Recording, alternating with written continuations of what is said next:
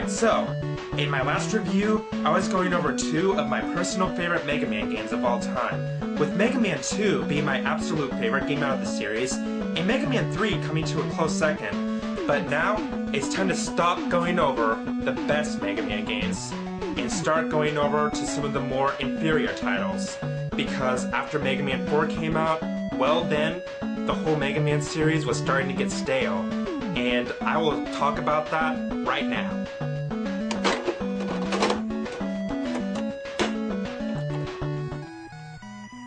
So the game starts out with an opening that tells you about the origins of rock and roll. No, not that type of rock and roll. I'm talking about the two robots that Dr. Light created, who are named Rock and Roll. They were created as two household robots for Dr. Light, but after some of his robots went berserk, Rock asked Dr. Light to be turned into a super robot to fight off these robots, and that's when Mega Man was born. So, Mega Man 4 is pretty much the game in which the Mega Man series started to get really stale.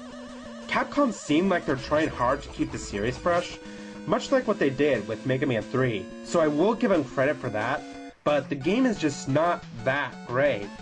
Yeah, I know I'm probably gonna get attacked by a bunch of Mega Man fanboys for saying this, especially from some rabid Sonic and Mega Man fanboy whose best friend is a 20-year-old mascot for Domino's Pizza and try all he can to get his mom to sue me just because I so unfairly attacked one of his favorite games.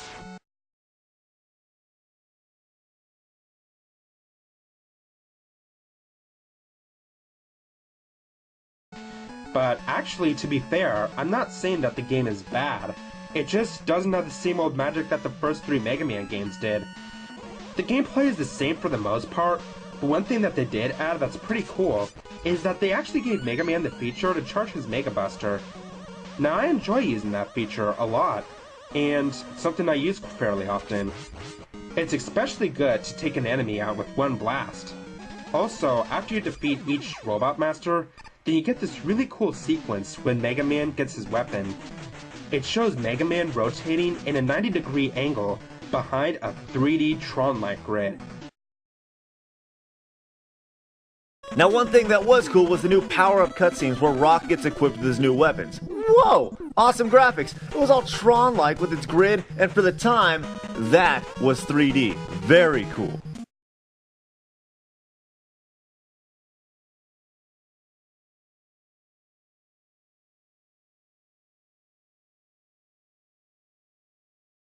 For a game on the NES, I gotta say, that's freaking amazing.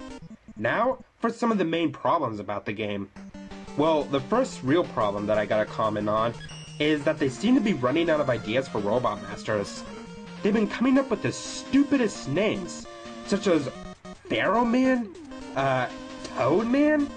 Oh, come on, can they really be that desperate? I think they also started to run out of robot names. Pharaoh Man, Ring Man, Dive Man? I mean, come on.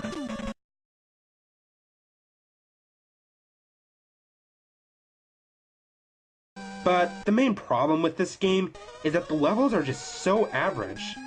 Like I said, they're not bad, but most of the level designs are all just the same. Some of them look similar to those used in other Mega Man games, such as Dive Man stage, for example. Just looking at it kinda reminds me of Bubble Man stage from Mega Man 2. Also, the main villain that you fight isn't even Dr. Wily. It turns out to be a Russian scientist named Dr. Cossack.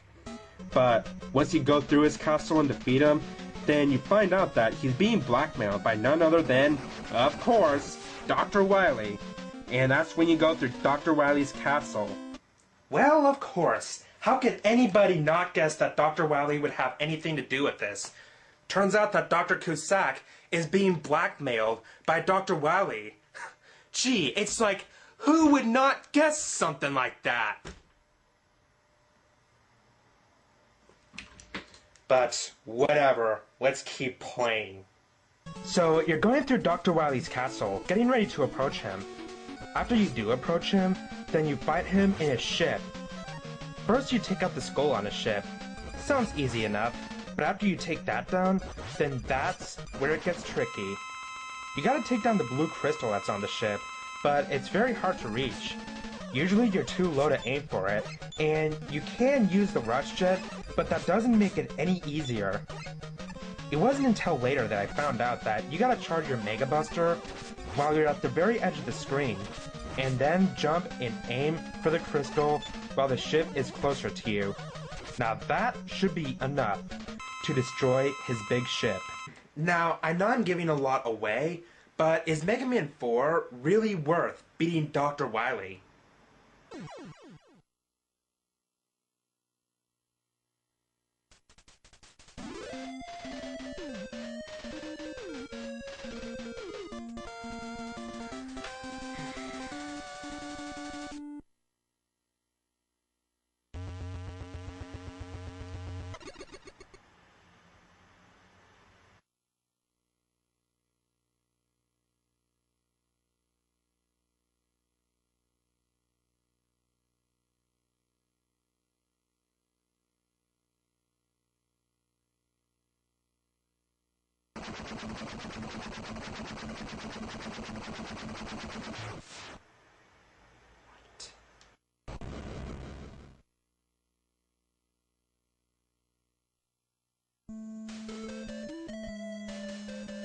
Wait a minute.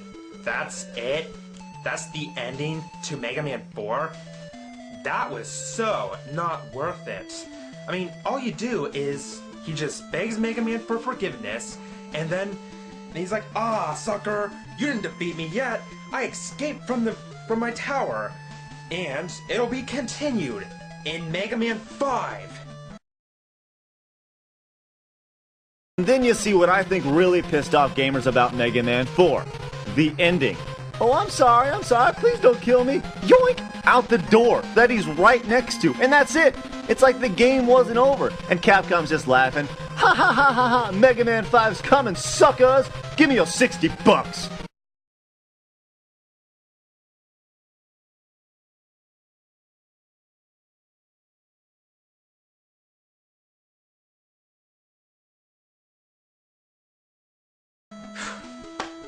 I mean, can you believe it? What a total jip. But, to be fair, like I said, Mega Man 4 isn't that bad of a game. It has some potential, so I'll give that game a score of 6.5 out of 10. I mean, after all, at least it's better than this game. Ooh, yeah, now this is where the Mega Man series starts to really get stale. So, let's check it out.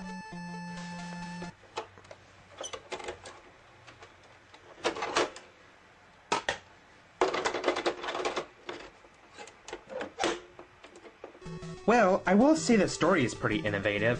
The Robot Masters are causing trouble as usual, and the person behind this is... Proto Man! So, moving on to the actual game, I went over how average Mega Man 4 was, but Mega Man 5 is where it gets to be very average. It's like they didn't even try with this game. Looking at the Robot Masters, we have Charge Man, Napalm Man, Starman. What's the one thing gamers thought about with Mega Man back in the day? The Robot Masters. In 5, they were just so weak. Stone Man? Gyro Man? Napalm Man? What the crap is that about? Those are like the worst names of all time.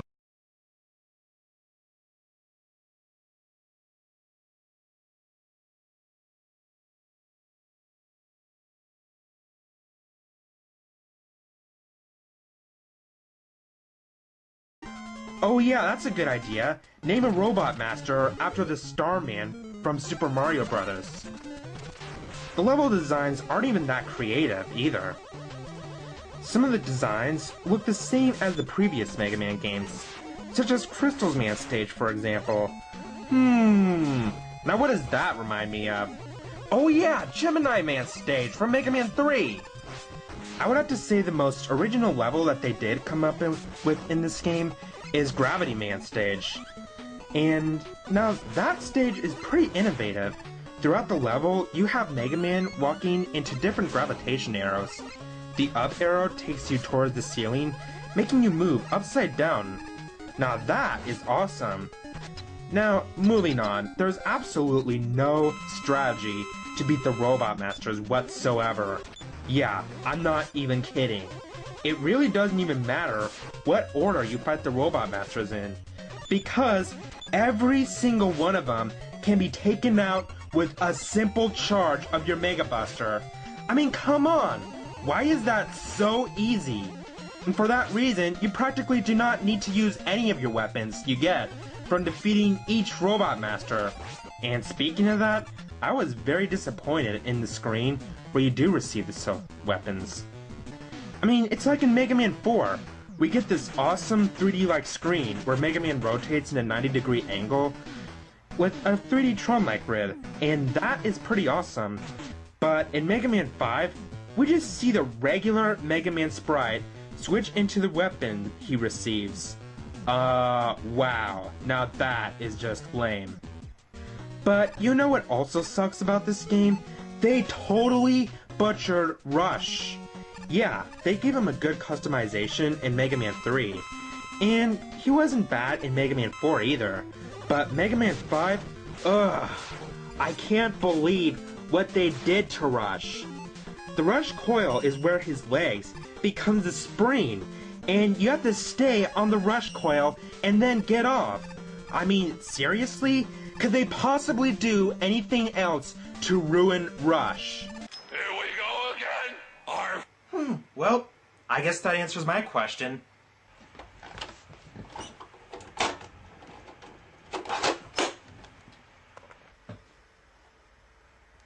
So, Mega Man 5, it wasn't that great of a game for the Mega Man series. You know, it was at the point where it was really average.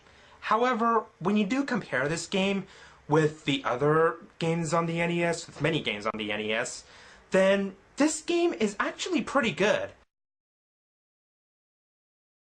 But with that being said, if you were to stack Mega Man 5 up to 80% of NES games, it would still be considered good. But when you compare it to 1 through 3, it doesn't even hold a candle.